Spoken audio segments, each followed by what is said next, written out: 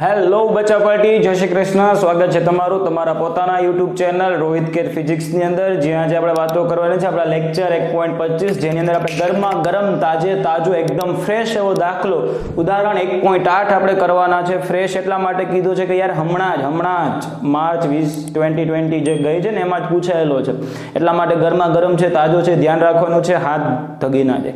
બરાબર, તો ચાલો મહાદેવનું નામ લઈ શરૂઆત કરી દઈએ છીએ આજના આપણા લેક્ચરની.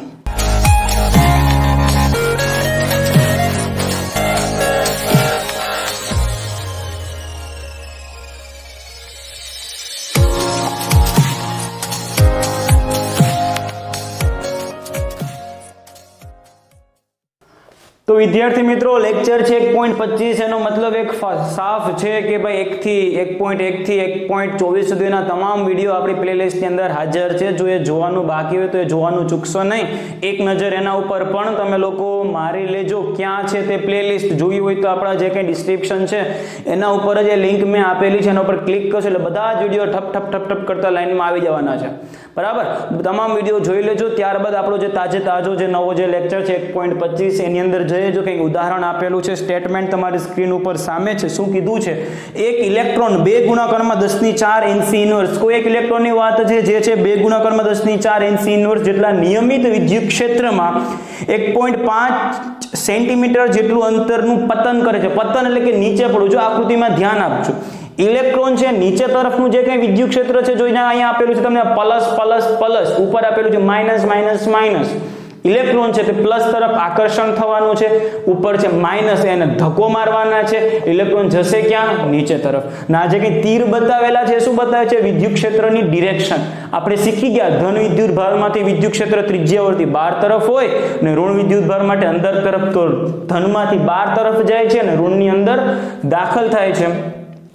ક્ષેત્રનું મૂલ્ય માન અચળ રાખી તેની દિશા ઉલટાવવામાં આવે છે, એટલે કે હવે પ્લસ ને ઉપર જવા દઈએ ને માઇનસ ને આવવા દઈએ છે નીચે, અને તેમાં એક પ્રોટોન પણ તેટલું જ, હવે પ્રોટોનને પતન કરાવી એટલું જ 1.5 સેન્ટીમીટરનું જ પ્રોટોન છે. નીચે જોઈ લેજો, હવે માઇનસ આવી ગયું તો પ્રોટોન છે માઇનસ તરફ આકર્ષણ થશે, ઉપર પ્લસ છે પણ એને નીચે શું મારવાના છે? ધક્કો મારવાના છે.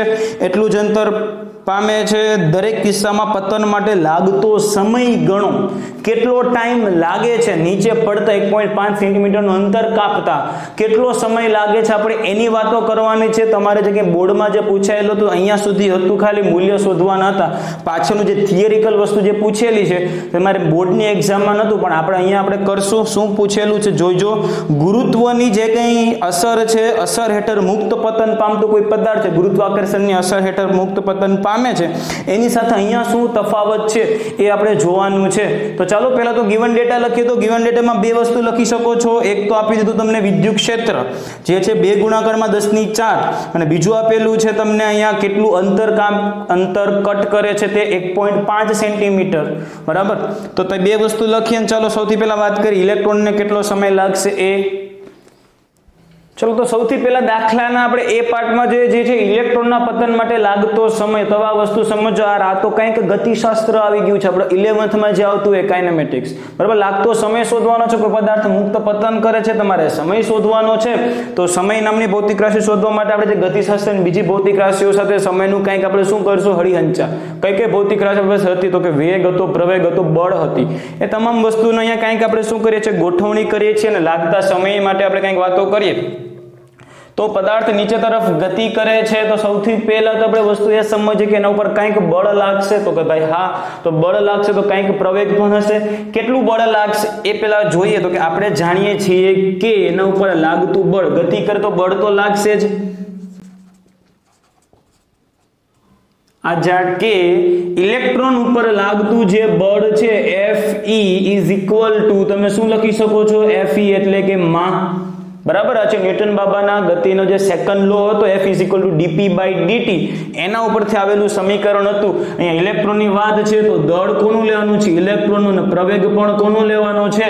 ઇલેક્ટ્રોનનો. ઇલેક્ટ્રોનના પ્રવેગને જો તમે સૂત્રનો કરતા બનાવો ઇલેક્ટ્રોનના પ્રવેગને સૂત્રણ કરતા બને વસ્તુ કંઈક થઈ ગઈ Fe ના છેદમાં માસ of electron. Mass of electron આપણી પાસે છે 9.11 × 10⁻31 kg, પણ ઇલેક્ટ્રોન ઉપર લાગતું બળ કેટલું હશે જ્યારે તે પદાર્થ નીચે તરફ ગતિ કરતો હશે ત્યારે એના ઉપર બળ કેટલું લાગશે? તો કે બળ જો કેટલા લાગશે? 3 બળ લાગશે. ક્યાં ક્યાં 3 બળ લાગશે? એક તો જો ઇલેક્ટ્રોન નીચે તરફ આવે છે તો નીચે આ જે પ્રોટોન જે છે, મતલબ પ્રોટોન ને મતલબ ધન વિદ્યુતભાર જે છે એ પોતાની તરફ એને ખેંચે છે, એક બળ એ. એક બળ છે જે ઉપરના જે ઋણ વિદ્યુતભાર છે ને તે નીચે તરફ ધક્કો મારે છે, બીજું બળ એ. અને ત્રીજું બળ કયું? કદાચ જો ગુરુત્વાકર્ષણ ક્ષેત્રનો તમે વિચાર કરો તો એ જે ગુરુત્વાકર્ષણ ક્ષેત્ર પણ હશે ને નીચે, એ જે બળ લાગશે કેટલું લાગશે? F બરાબર mg જેટલું. પણ એ જે ગુરુત્વાકર્ષણ ક્ષેત્રના લીધે જે કંઈ બળ હશે તેને આપણે અહીંયા શું કરી શકવાના છે? નિગ્લેક્ટ કરી શકશું. શું કામે? તો કે યાર વિદ્યુત ક્ષેત્ર જે વિદ્યુતીય બળ છે, વિદ્યુતીય બળનું મૂલ્ય ગુરુત્વાકર્ષણ બળ કરતા બહુ બધું મોટું હોવાનું છે એવું આપણે એક એક્ઝામ્પલ માં પણ આગળ શીખી ગયા છે. ખ્યાલ છે ને? એટલે જે ગુરુત્વાકર્ષણ બળને આપણે અહીંયા શું કરીએ છીએ? નિગ્લેક્ટ કરીએ છીએ. સમજો Fe એટલે કે માત્ર જો વિદ્યુતીય બળ જ લઈએ તો Fe બરાબર વિદ્યુતીય બળ F બરાબર શું છે? QE. યાદ આવે છે ને? F બરાબર QE. Q જેટલો વિદ્યુત બળ જો E જેટલા વિદ્યુત ક્ષેત્રમાં મૂકેલો હોય તેના ઉપર લાગતું જે બળ હશે QE હશે, ને છેદમાં તો માસ ઓફ ઇલેક્ટ્રોન છે જ. તો ઇલેક્ટ્રોનનો જે કંઈ પ્રવેગ છે એનું સૂત્ર કંઈક આ ટાઈપનું થઈ ગયું છે, QE ના છેદમાં me. બરાબર. આ વિદ્યુતભાર એટલે કે કોનો? ઇલેક્ટ્રોનની વાત છે તો ઇલેક્ટ્રોનનો વિદ્યુતભાર. E તો અચળ છે, તમને આપી દીધું છે. બરાબર. આને ચલો તમામ કિંમતો મૂકી અને જવાબ લાવીએ. તમામ કિંમતો મૂકો અને જવાબ લાવો. કઈ કઈ કિંમત? QE એટલે કે 1.6 × 10⁻19. વિદ્યુત ક્ષેત્ર E એટલે આપી દીધું 2 ગુણાકારમાં 10⁴ છેદમાં માસ of electron. Mass of electron ખબર હોવી જોઈએ, આપેલું પણ હોય અને ના આપેલું હોય તો ખબર હોવી જોઈએ. 9.11 × 10⁻31. ચાલો આની કરો કેલ્ક્યુલેશન. કેલ્ક્યુલેટર તમારી પાસે છે. 1.6 ગુણાકારમાં 2 ભાગાકારમાં 9.11. જવાબ કંઈક આવશે 0.3512 જેવો. 0.3512. હજી ઘાત બાકી છે એના માટે કરો છો -19 + 4 -31 છેદમાં છે, ઉપર જશે તો +31. તો ફાઇનલ જવાબ પાસે કંઈક આવશે અહીંયા 10⁶. તો પ્રવેગ છે તો પ્રવેગનું એકમ શું થવાનું છે? મીટર પ્રતિ સેકન્ડ સ્ક્વેર. Okay, good. તો આપણી પાસે પ્રવેગ છે. હવે આ જે કાંઈ પ્રવેગ છે એના ઉપર તમે નજર નાખો તો પ્રવેગનું સૂત્ર જો તો QE એટલે કે ઇલેક્ટ્રોનનો વિદ્યુતભાર. શું ઇલેક્ટ્રોન પતન કરતો હોય ત્યારે એનો વિદ્યુતભારમાં કાંઈ ફરક પડશે? નહીં. એ તો 1.6 × 10⁻19 જ રહેશે. E નું મૂલ્ય નિયમિત છે, બદલાતું નથી. માસ ઓફ ઇલેક્ટ્રોન આજે એટલું જે કંઈ મુસાફરીમાં ઇલેક્ટ્રોનનું દળમાં પણ કાંઈ ફરક પડવાનો છે નહીં. મતલબ આ વસ્તુ આખી કેવી છે? અચળ છે. મતલબ અચળ છે તો આપણે અચળ પ્રવેગી ગતિના સમીકરણો વાપરી શકીએ. આ જે વસ્તુ છે આપણી પાસે ઇલેક્ટ્રોન નો જે કંઈ પ્રવેગ છે તે વસ્તુ અચળ છે, તો અચળ પ્રવેગી ગતિના સમીકરણો યુઝ કરીને આપણે કંઈક ટાઈમ શોધીએ. અચળ પ્રવેગી ગતિના કેટલા સમીકરણો હતા? 3 હતા. યાદ આવે છે? એક હતું V બરાબર V0 + AT. બીજું સમીકરણ હતું કંઈક D બરાબર V0t + ½ AT², અને છેલ્લું હતું V² - V02 બરાબર 2AD. તો અચળ પ્રવેગી ગતિના આપણી પાસે આ 3 સમીકરણો હતા અને આ જે પ્રવેગ છે તે અચળ છે, એટલે આ 3 સમીકરણો આપણે યુઝ કરી શકશું. પણ આ 3 માંથી કયું યુઝ કરાય? ટાઈમ શોધવાનો છે. તો ટાઈમ શોધવાનો છે તો આના ઉપર તો મારી દઉં ચોકડી, કેમ કે આમાં તો ક્યાંય ટાઈમ દેખાતો નથી. પહેલા સમીકરણની અંદર આપણે ટાઈમ તો દેખાય છે, પરંતુ આ જે અંતિમ વેગ છે એનું મૂલ્ય કેટલું આપણે ખબર નથી, તો આ સમીકરણ પણ યુઝ ના કરાય. તો બચેલું છે વચ્ચેનું સમીકરણ, એ જ યુઝ કરવું પડશે. તો ચાલો લખીએ અચળ પ્રવેગી ગતિના સમીકરણો પરથી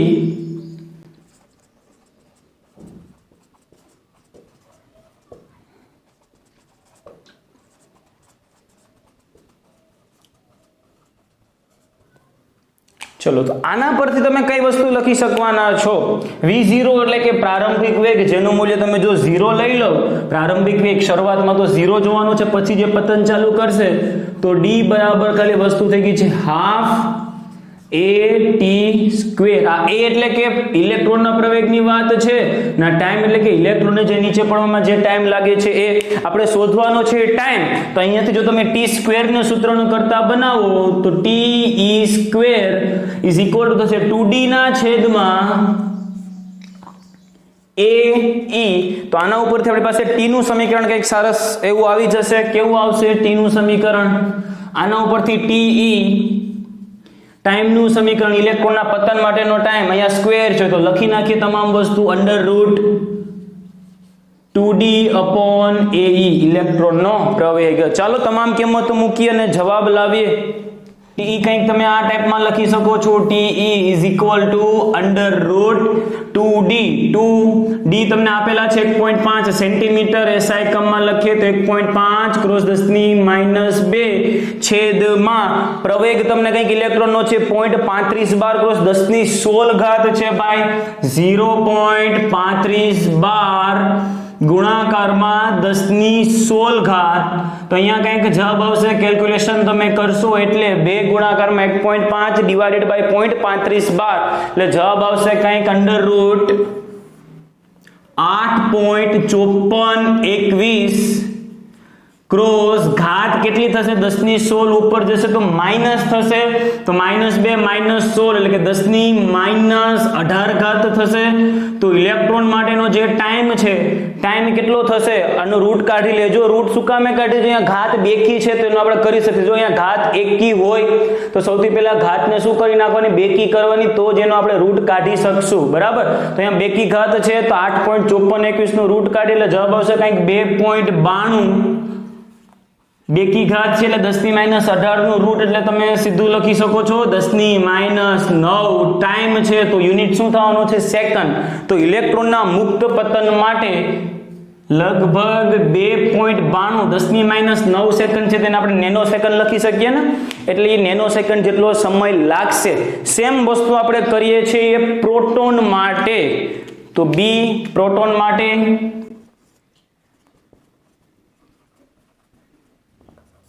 ચાલો તો પ્રોટોન માટે સૌથી પહેલા આની જેમ જ આ તમામ વસ્તુ ફરીથી માથાકૂટ આપણે કરતા નથી એટલે અહીંયા આપણે આપી દઈએ સમીકરણ નંબર 1. તો સમીકરણ 1 ઉપરથી પહેલા તો પ્રોટોન માટેનો આપણે પ્રવેગ શોધી લઈએ. તો 1 પરથી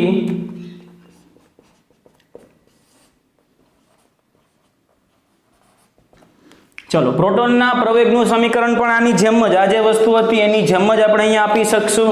કઈ રીતે? પ્રોટોનનો પ્રવેગ is equal to Q.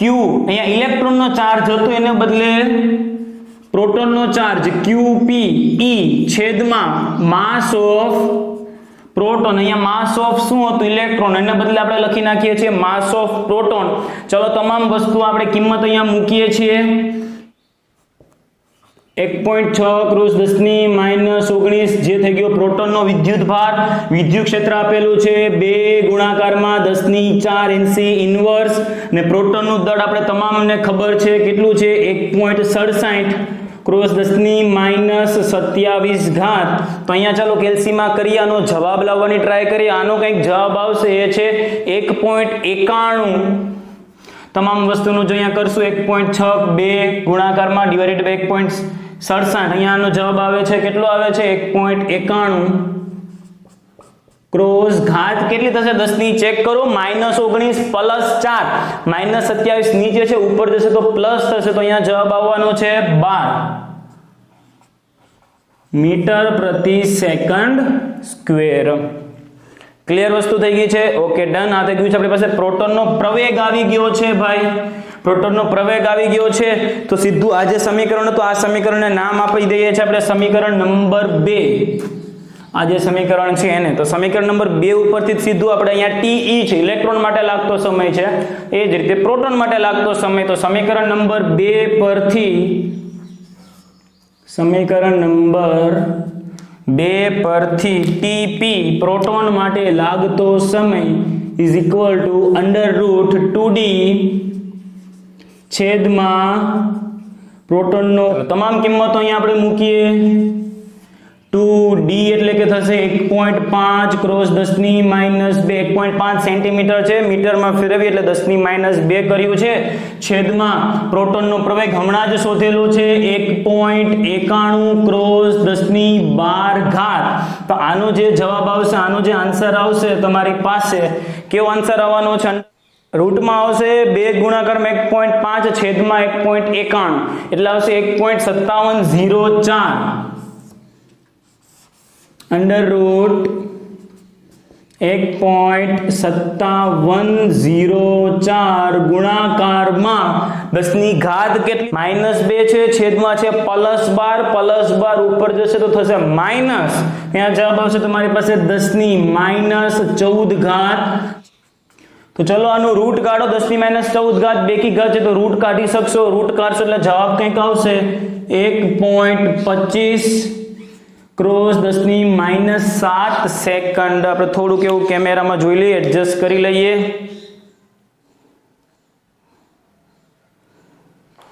Okay, 1.25 cross 10 ની -7 આ વસ્તુ થઈ ગઈ છે પ્રોટોનને મુક્ત પતન કરવા માટે લાગતા સમય ની ચર્ચા, બરાબર। આ હતું ઇલેક્ટ્રોન માટે, આ તમામ વસ્તુ હતી પ્રોટોન માટે। તો લઈ લો વ્યવસ્થિત એવો સ્ક્રીનશોટ, આપણે ગુજરાત બોર્ડમાં પૂછાયેલો હતો એમાં એટલી વસ્તુ પૂછાયેલી હતી। હજી ટેક્સ્ટ બુકમાં એક રામાયણ થોડીક વધારે આપેલી છે, એની ચર્ચા કરી લઈએ। હવે ટેક્સ્ટ બુકમાં જે થિયરિકલ કોન્સેપ્ટ જે છેલ્લે પૂછેલો છે એમાં કંઈક એવું પૂછેલું છે, ગુરુત્વની અસર હેઠળ મુક્ત પતન સાથેનો તફાવત જણાવો। તો જે મુક્ત પતન થશે અને આ વસ્તુ થશે બંનેમાં ફરક શું છે કે જ્યારે ઇલેક્ટ્રોન અથવા તો પ્રોટોન મુક્ત પતન પામતું હશે તો એનો જે કંઈ પ્રવેગ હશે બંને કેસમાં જો મુક્ત પતન ગુરુત્વાકર્ષણની અસર હેઠળ જો મુક્ત પતન પામતો હશે તો પ્રવેગનું મૂલ્ય 9.8 મીટર પર સેકન્ડ સ્ક્વેર બંને કેસ માટે થશે। ઇલેક્ટ્રોન માટે પણ એટલું થશે ને પ્રોટોન માટે પણ એટલું થશે। તમે દળ તમે બદલો તેનાથી આ જે ગુરુત્વાકર્ષણમાં ગુરુત્વ પ્રવેગમાં કાંઈ જ ફરક પડવાનો છે નહીં, પરંતુ આ કેસમાં આપણે જોયું કે આ જે બંનેનો જે કંઈ પ્રવેગ આવેલો હતો, પ્રોટોનનો પ્રવેગ અને ઇલેક્ટ્રોનનો જે કંઈ પ્રવેગ હતો એ બંનેના મૂલ્ય કેવા આવે છે? અલગ અલગ આવે છે। મતલબ અહીંયા જે પ્રવેગ છે તે દળ ઉપર આધાર રાખે છે, એ એક ફરક છે। બીજો ફરક તમે એમ પણ વિચારી શકો કે યાર આ વસ્તુ જો કેવી સૂક્ષ્મ છે, 9.8 છે, અહીંયા પ્રવેગ તો જો તમે કેટલો છે, જો 10 ની 12, આના કરતા બહુ બધું કેવું થયું છે? વધારે, બહુ બધું વધારે પ્રવેગ થયો છે। મતલબ અહીંયા જે વિદ્યુતીય બળનું મૂલ્ય બહુ બધું કેવું હોવાનું છે? વધારે।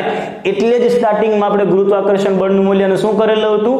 અવગણ્યું હતું, બરાબર। તો ફરક જે તમે ટેક્સ્ટ બુકમાં જે રીતે આપેલો છે એ પ્રમાણે તમે અહીંયા થિયરિકલ વસ્તુ લખી લેજો। ટેક્સ્ટ બુકમાં આપેલું છે એ પ્રમાણે કે ભાઈ ફરક કાંઈક એ ટાઈપનો છે ભાઈ, વધુ ભારે કણ એટલે કે પ્રોટોનને જો એટલો જ અંતર કાપવા માટે સમય કેવો લાગે છે? વધારે સમય લાગે છે। અહીંયા સમય કંઈક નેનો સેકન્ડમાં તો 10 ની -9, અહીંયા કંઈક સમય છે કેટલું છે? 10 ની -7। પ્રોટોનને વધુ સમય લાગે છે। આ બાબત ગુરુત્વાકર્ષણની અસર હેઠળની પરિસ્થિતિ કરતા વિરુદ્ધ છે, કેમ કે મુક્ત પતનમાં તો જે પતનનો સમય હતો પદાર્થના દળ ઉપર આધાર રાખતો નથી। બંને કેસમાં એના માટે પ્રવેગ 9.8 જ રહેવાનો હતો।